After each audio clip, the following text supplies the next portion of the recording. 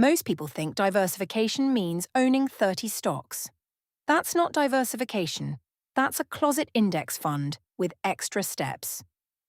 Real diversification is about owning assets that don't move together. So when one zigs, another zags, and your net worth stops looking like a heart attack on a chart. In the next 7 minutes, I'll show you exactly how to build a portfolio that survives recessions, inflation, and your own bad decisions. Let's get the boring definition out of the way. Diversification is spreading risk across investments, so no single failure wipes you out. But here's what nobody tells you. There are 4 layers to it, and most retail investors only touch 1.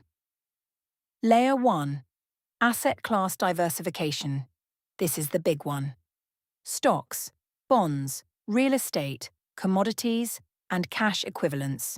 Each behaves differently in different economic conditions. Stocks crush it during growth. Bonds shine in deflation. Commodities and real estate hedge inflation. Cash protects you in panic. If you own only stocks, you're not diversified. You're just optimistic. A solid starting framework? The classic 60-40, 60% stocks, 40% bonds, has gotten beaten up lately, but the principle is sound. For younger investors, something like 70-20-10, with that 10% in alternatives like REITs, gold, or even Bitcoin, gives you exposure to assets that don't all crash together. Layer 2. Geographic diversification. Home country bias is the silent portfolio killer. American investors hold roughly 80% US stocks. Japanese investors? Mostly Japanese. Look at Japan's Nikkei from 1989 to 2009, 20 years underwater. The US has had its own lost decades. Owning international developed markets and emerging markets through low-cost ETFs like VXUS or IXUS gives you exposure to global growth and currency hedging. Layer 3. Sector and factor diversification. Within stocks, don't load up on one theme. Tech-heavy portfolios looked brilliant in 2021 and brutal in 2022. Spread across technology, healthcare, financials, consumer staples, energy, and industrials.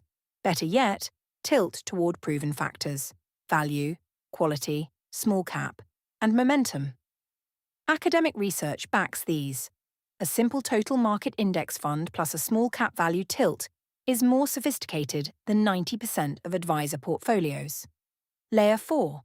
Time diversification, also called dollar cost averaging. Don't dump your bonus into the market on one Tuesday. Spread purchases across weeks or months. You'll never time the top, but you'll also never time the bottom. And consistency beats genius almost every time. Now let's talk about what diversification is not. It's not owning 10 S&P 500 ETFs from different providers. SPY, VOO, IVV, they all hold the same 500 stocks. Check the overlap. It's also not owning 20 tech stocks and calling it a portfolio.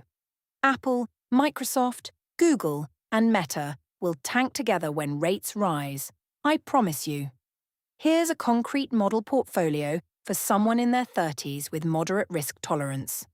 50% US total market index, 20% international developed and emerging markets, 15% bonds split between treasuries and corporates, 10% REITs, and 5% in a hedge sleeve, gold, commodities, or Bitcoin if you can stomach it. Rebalance once a year. That's it. That's the whole strategy. The hardest part isn't picking the allocation. It's sticking to it. When tech is ripping, you'll want to dump bonds. When bonds are paying 5%, you'll want to dump stocks. Don't. The whole point is that you don't know what's coming, and neither does anyone on financial Twitter. One last opinion. Most people over-diversify into mediocrity. If you own 15 mutual funds, 3 robo-advisors, your company stock, and a crypto bag, you don't have a portfolio, you have a hoarding problem.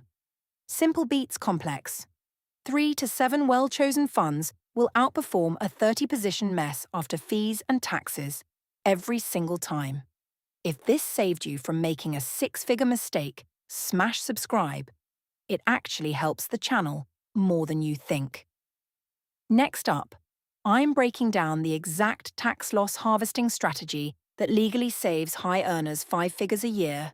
Click that video on screen, and I'll see you there.